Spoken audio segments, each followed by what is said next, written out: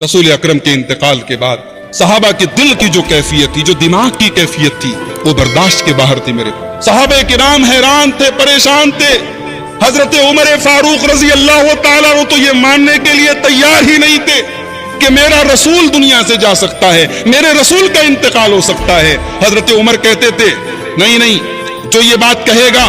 उमर उसकी गर्दन मार देगा, उमर उसको कत्ल कर देगा, ये झूठ है, ये गलत बात है। मूसा अलैहिस्सलाम कूहे तूर पे गए थे, 40 दिन के बाद लौटे थे। मेरे रसूल भी गए हैं और लौटेंगे और उन लोगों को सबक सिखाएंगे जो ये कह रहे हैं अल्लाह के रसूल का इंतकाल हो। मगर इस मौके पर हजरत अबू बकर सिद्दीक रजी अल्लाह तआला अन्हु ने जो किरदार अदा किया है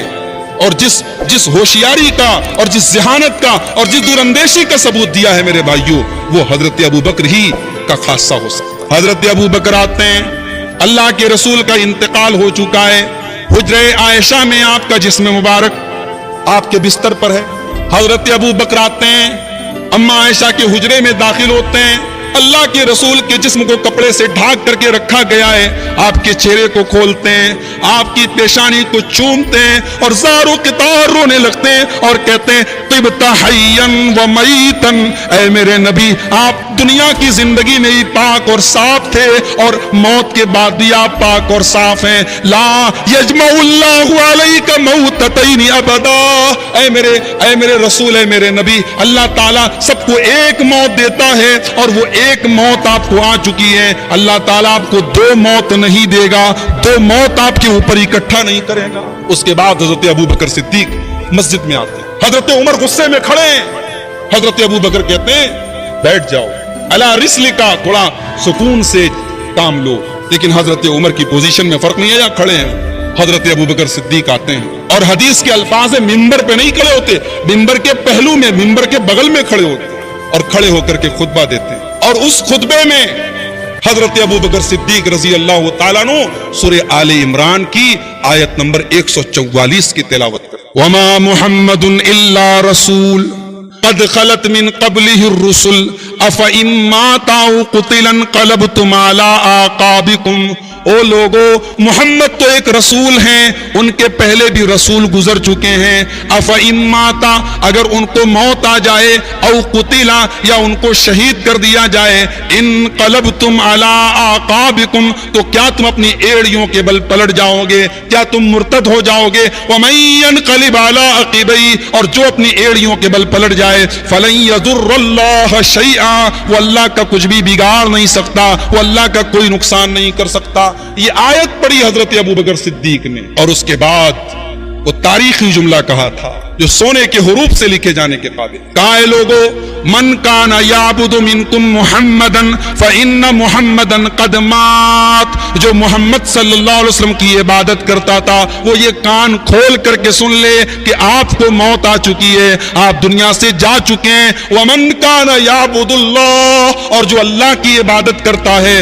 वो ये जान ले फ़इन्नल्लाह हय्युन ला यमूत, कि अल्लाह ताला जिंदा है, अल्लाह ताला को कभी मौत आने वाली नहीं है। जब ये खुतबा दिया हजरत अबू बकर सिद्दीक ने, बुखारी के अल्फाज है फनशजन नासु यबकून, जितना मजमा था सब रोने लगा, सब ज़ारो कतार रोने लगे। और हजरत उमर कहते हैं मा तुकिल्लु रिजलाया, मेरे पैर जमीन पर टिक नहीं रहते, मैं गिर पड़ा, मेरे पैर जमीन पर टिक नहीं रहते और मैंने यकीन कर लिया कि हाँ अब रसूल अकरम इस दुनिया में नहीं है। और मुझे ऐसा लगा जैसे कुरान की इस आयत को मैं आज पहली मर्तबा सुन रहा हूँ। ये अल्लाह के रसूल सल्लल्लाहु अलैहि वसल्लम की वफात के बाद हजरत अबू बकर का वो खुतबा है मेरे प्यारे भाइयों, तारीखी खुतबा है, जिस खुतबे ने हजरत उमर को भी ये तस्लीम करने पर मजबूर कर दिया कि अल्लाह के रसूल अब इस दुनिया में नहीं है, आपका इंतकाल के बाद हजरत उम्मे ऐमन रजी अल्लाह तआला अन्हा, इनके पास हजरत अबू बकर और उमर अक्सर जाया करते थे क्योंकि ये रसूल की बड़ी महबूब सहाबिया थी। हजरत अबू बकर और उमर इनके पास अक्सर जाया करते थे और जाकर के अल्लाह के रसूल को याद करते थे। तो एक दिन ये लोग गए तो हजरत उम्मे ऐमन बहुत रो रही थी, तो हजरत अबू बकर और हजरत उमर ने तसल्ली दी कि ऐ उम्मे ऐमन इतना क्यों रोती हो, मौत का वक्त मुतय्यन है, अल्लाह के रसूल की मौत का वक्त आया, अल्लाह ने आपको बुला लिया, इसमें इतना रोने की क्या बात है। तो उम्मे ऐमन क्या जवाब देती हैं, मैं इस बात पर नहीं रो रही हूं کہ اللہ کے رسول صلی اللہ علیہ وسلم کا انتقال ہو گیا ہے، میں اس بات پر رو رہی ہوں کہ اب جبریل دنیا میں وحی لے کر کے نہیں آئیں گے، قرآن کی آیتیں اترنا اب بند ہو گئی، وحی کا نزول اب بند ہو گیا۔ اللہ کی طرف سے جب وحی کا نزول ہوتا تھا اس کی جو خیر و برکت جو ہمیں ملتی تھی، اب اس کا سلسلہ ختم ہو گیا، اب رسول دنیا میں نہیں ہے، اب رسالت ختم ہو گئی، اب جبریل کبھی وحی لے کر کے دنیا میں۔ میرے بھائیوں، اللہ کے رسول کی وفات کا یہ واقعہ ہم سب سنتے ہیں، جانتے ہیں، پڑھتے ہیں، مگر ہمیں اور آپ کو ایک بات یاد رکھنی چاہیے، رسول اکرم کی وفات ہوئی ہے، اللہ نے آپ کو بلایا ہے، آپ دنیا سے رخصت ہوئے، مگر آپ کا دین باقی ہے، آپ کی شریعت باقی ہے، آپ کا مشن باقی ہے۔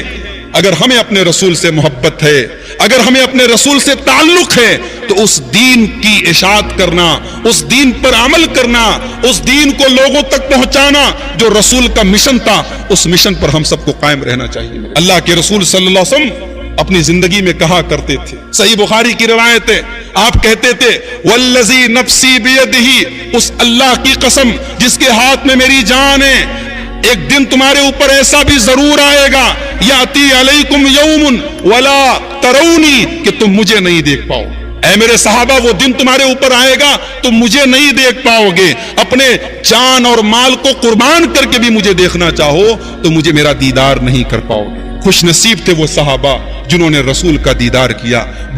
بڑی مقدس تھی وہ ہستیاں جنہوں نے رسول کا دیدار کیا۔ ہماری آنکھیں تو ترستی ہیں، ہمارے دل تو بے قرار ہوتے ہیں کہ ہم اپنے رسول کا دیدار کریں، مگر میرے بھائیوں، ہمیں رسول کا دیدار بھی انشاءاللہ نصیب ہوگا، ہمیں رسول کے ہاتھوں حوض کوثر پہ کوثر کا جام بھی نصیب ہوگا، ہمیں رسول کی شفاعت بھی نصیب ہوگی۔ بس ہمیں ایک کام کرنا ہوگا جو اللہ نے سورہ نساء کے اندر ہمیں بتایا کہ وَمَن يُطِعِ اللَّهَ وَالرَّسُولَ فَأُولَٰئِكَ مَعَ الَّذِينَ أَنْعَمَ اللَّهُ عَلَيْهِمْ مِنَ النَّبِيِّينَ وَالصِّدِّيقِينَ وَالشُّهَدَاءِ وَالصَّالِحِينَ، جو اللہ کی اطاعت کرے گا اور جو رسول کی اطاعت کرے گا وہ ان لوگوں کے ساتھ ہوگا جن پر اللہ نے انعام کیا ہے، یعنی نبیوں کے ساتھ، صدیقین کے ساتھ، شہداء کے ساتھ اور صالحین۔ اللہ کے رسول کی وفات کے بعد صحابہ کی پوزیشن کیا تھی، صحابہ کی حالت کیا تھی؟ اما عائشہ فرماتی ہیں کانو کالغنم فی اللیلۃ المطیرہ، صحابہ اپنے آپ کو اتنا لاچار اور بے بس محسوس کر رہے تھے جیسے بارش کی رات ہو، طوفانی رات ہو، اور بکریوں کا کوئی ریوڑ ہو اور کوئی ان کا رائی نہ ہو، کوئی نگرانی کرنے والا نہ ہو، کوئی چرواہا نہ ہو۔ اللہ کے پیارے نبی کے صحابہ اپنے آپ کو اتنا بے بس اور کمزور محسوس کر۔ سوموار کو آپ کا انتقال ہوا، بدھ کے روز آپ دفن کیے گئے، آپ کو قبر میں اتارنے والے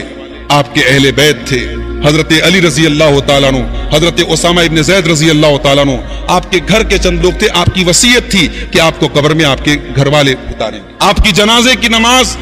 کسی نے پڑھائی نہیں، کوئی امام نہیں تھا، صحابہ چھوٹی چھوٹی ٹکڑیوں کی شکل میں آتے تھے اور آ کر کے آپ کی جنازے کی نماز پڑھتے تھے۔ آپ کو جب غسل دینے کی بات آئی، صحابہ کرام حیران رہ گئے آپ کو کیسے غسل دیا جائے، کیونکہ غسل دینے کے لیے آپ کے بدن سے کپڑے اتارنے پڑتے۔ صحابہ کرام کو اتنی جرأت نہیں محسوس ہوئی کہ ہم اللہ کے رسول کے بدن سے کپڑے اتاریں۔ اسی حال میں اللہ کے رسول صلی اللہ علیہ وسلم کے بدن پر جو کپڑا تھا اسی حال میں آپ کو غسل دیا گیا، آپ کے بدن کو، آپ کے سطر کو کھولنے کی نوبت نہیں آئی، اور آپ کو غسل دینے کے بعد آپ کے اہل بیت نے، آپ کے گھر کے جو خاص صحابہ تھے جس میں حضرت اسامہ ابن زید اور حضرت علی وغیرہ کا نام آتا ہے، ان لوگوں نے آپ کو بدھ کے روز آپ کو قبر میں دفن کیا گیا۔ میرے پیارے بھائیوں، رسول اکرم صلی اللہ علیہ وسلم کی وفات کا یہ واقعہ جو احادیث کی روشنی میں نے آپ کے سامنے بیان کیا ہے، یہ واقعہ حقیقت میں اتنا دردناک اور المناک اور اتنا جذباتی ہے کہ اس کو جب پڑھا جائے، جب سنا جائے، جب بیان کیا جائے تو آنکھیں اشکبار ہو جاتی ہیں۔ اور ظاہر ہے کہ ہم نے تو اس واقعے کو کتابوں میں پڑھا ہے، حدیثوں میں پڑھا ہے، ہم ذرا ان صحابہ کے بارے میں تصور کریں جنہوں نے اپنے رسول کی وفات کا آخری منظر دیکھا تھا، جنہوں نے رسول کی وفات کو اپنی آنکھوں سے دیکھا تھا، ان صحابہ کے دل پر کیا گزری ہوگی۔